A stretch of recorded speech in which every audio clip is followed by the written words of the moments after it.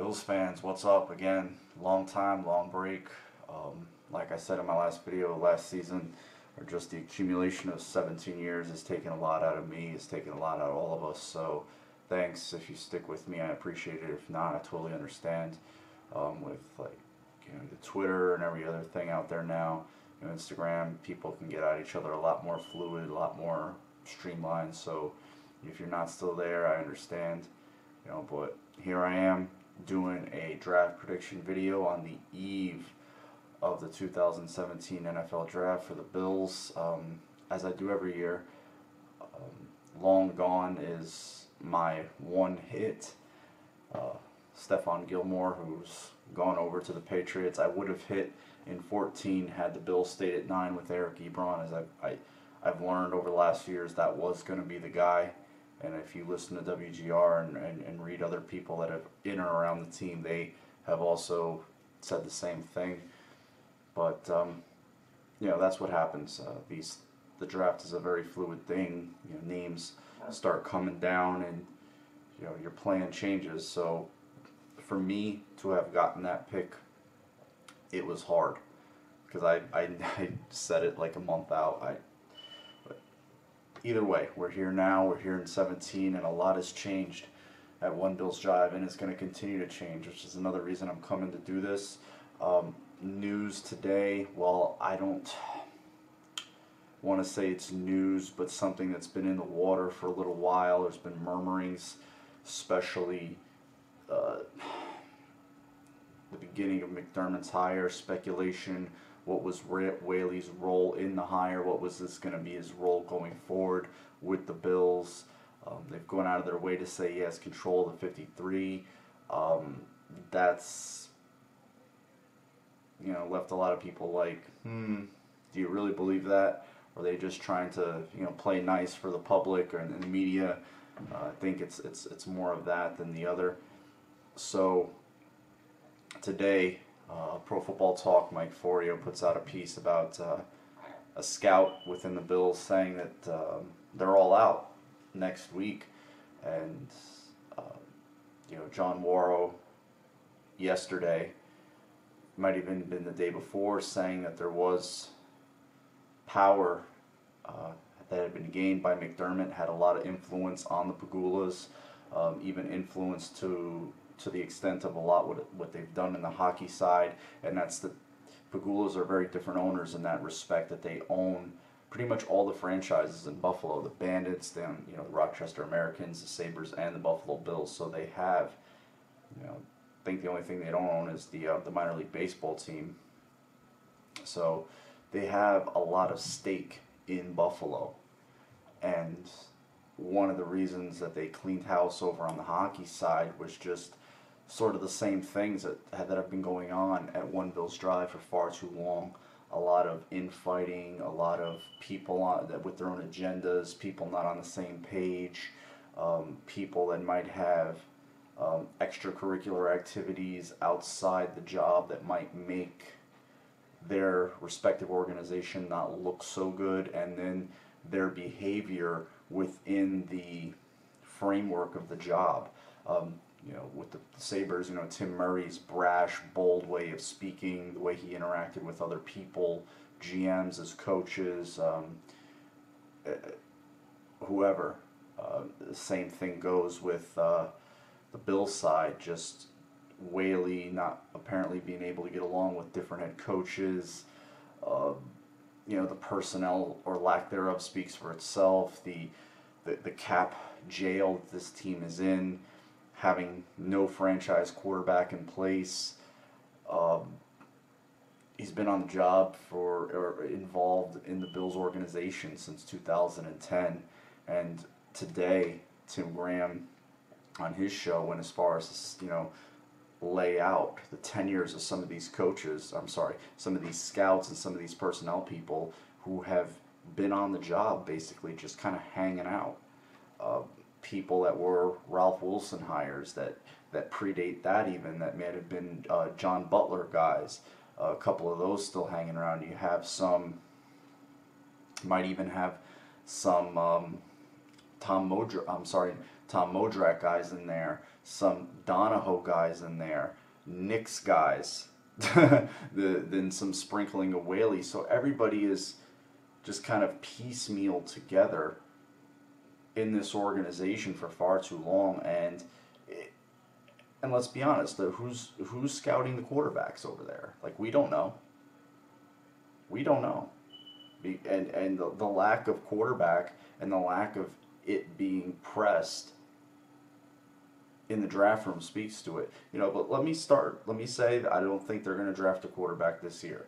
I just want to put that out there right away. So if you're hoping for a quarterback, I always hope for a quarterback. Maybe one gets taken at some point during the draft, but in the first round, I don't think we should get our hopes up at all. And I think obviously this personnel news ties into what they're going to do in the draft. I think McDermott's going to have the big say in connection with obviously in with the Pagulas. That's going to be the final word.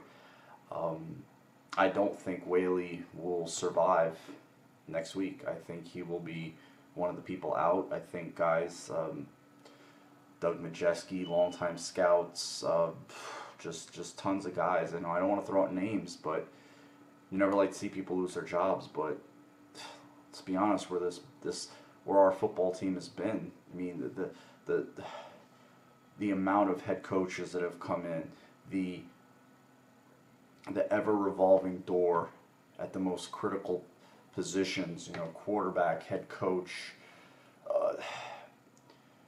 no real clear, concise direction. And we've heard Terry Pegula speak about that not only for, the Bills, but with the Sabres again, discipline, structure, accountability, and let's be honest, the Bills have lacked in all of that, and then some. So, and we've seen these changes start to be implemented, going back to when long time, the public relations Scott Berchtold was, quietly shown the door for Derek Boyko, the guy from the Eagles. And obviously the genesis of that was the debacle with Whaley at his end of year press conference, where he's dribbled all over himself, and once again, sans their 17-year playoff drought, sans just the laughing stock of an organization, he just made them look like a complete and utter folly, football folly reel, without the field, without the football. What a disaster that was. And somebody was shown the door for it. And I think the Pagulas, having just done the house cleaning over on the Sabres side, have still got that taste in their mouth and are saying to themselves, you know what? We waited to do this here when we felt uncomfortable, when maybe we should have done it earlier. I don't think they feel like they should wait anymore. And now they have a guy like McDermott who's buttoned down, streamlined, organized, detailed, like he says, is process oriented. And they see how he's managing this operation now, and how he's pretty much setting the mandate for everybody. They're like, oh wow, this is how it's supposed to be, which is obviously, we don't even need to go there about the last guy. I mean, I'll never, because we can dismiss everything Rex said as complete and utter tripe. I still haven't forgiven myself for going against my better judgment, and that I didn't want him nowhere near our football team. And I'm sure most of you, if not all of you, felt the same way, but we all bought into the hype, and we tried to talk ourselves into it. He's down with us. He's down with the Bills. He wants to help turn this around. He's a used car salesman and Carney Barker. He drug us in. I don't know why I'm going back to this. I guess I just want to put this to bed. And they felt taken by that, the Pagulas. A lot of Murray and Bilesma's act made them feel taken, having just given Murray a contract extension, just like they did Whaley. They feel taken. You know, they can't even put their general manager out in a public forum because the guy can't speak. Apparently, he can't do a lot of other things right. So, drafting being one of them. I just I see no reason for him to stay on. I think it would definitely serve both parties best, and anybody else they see to show the door there inside the personnel department. So, with that, you know, I definitely want to hear what you guys think what's going to happen. I think a lot of interesting stuff that's going to set in motion for the Bills next decade is going to happen within the next, you know, week. I'd say we're almost into Thursday right now, Eastern Standard Time. So yeah, but we'll know a lot by Wednesday, Thursday, maybe even sooner of next week. Once all the UFAs settle down and get signed up, and you're going to start to see and hear the chatter of pink slips being handed down at One Bills Drive for a lot of people in the personnel department and other places. Just like with some of the trainers, some of the nutritionists, team chaplain. Wow, McDermott really is gone far to put his stamp, and even in the early stages of this thing, and they're not even close. They've got another 4 months till they play another football game. So a lot. Don't put anything down. Put everybody down in pencil right now for the Buffalo Bills. Let's just put it that way. But as for the first round draft pick, everything, the tea leaves, everything that you've heard, I've heard, that if you guys follow me on Twitter, Vicious 155 at Vicious 155, you'll see Vicious Sid. The name that is garnering the most attention right now is Hassan Reddick. Maybe if even as soon as a week and a half ago, you wouldn't have said that, but given a lot of what's going on with Reuben Foster, dating back to the combine, maybe even dating back to his days at Alabama, Jerry and Conley, I still don't think they were going to go DB round one. Hassan Reddick looks like it's going to be the pick for the Bills at 10. That's just everything that I've gathered from enough, you know, good, decent people that are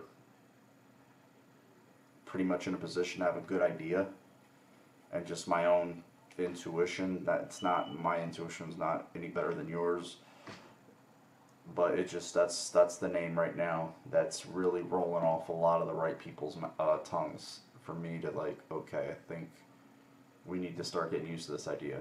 And if you look at the defense that could barely function in a subsistence level, you know, a fundamental tackle, getting lined up correctly, having enough guys on the field, you name it. And it allowed opposing offenses to just roll up record numbers. You know, 3 200-yard rushers, you know, the self-proclaimed defensive genius who, you know, couldn't figure anything out. And I'm not sitting here trying to say, I don't know, none of us know what McDermott's going to be. But so far we know what he isn't. And what he isn't is really good.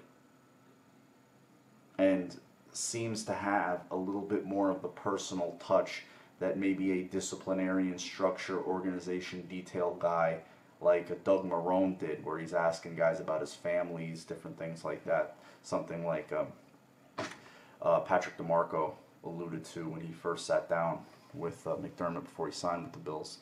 So that's nice. Marrone was known to just seclude himself in his office, not treat people too well within the building. I'm not hearing any of that yet, but you never know. So again, we don't know what he is fully, but we know what he isn't so far, and in early stages. They haven't played a game yet, but the structure of the staff, looking at it, it doesn't look like any of these guys that they would lose any of the coordinators, because you'd have to believe a lot of these schemes would stay in place for a pretty long time, which is good. So many different things changing with this team year in and year out, whether it's a scheme on defense, whether it's a head coach, whether it's a quarterback every 2 to 3 years. Tyrod's in his third life cycle with the Bills. I don't expect him to last after this year. I really don't. I think we all know what he is. And I'm not going to get myself worked up either way about him. So, yeah, it's and the complexion of this team is going to change. This video is pretty long-winded, but it's going to change so much after 17, because you have a Kyle Williams who's probably going to step away from the game. You have Richie Incognito, who's going to be 35 and do $7.5 million at guard.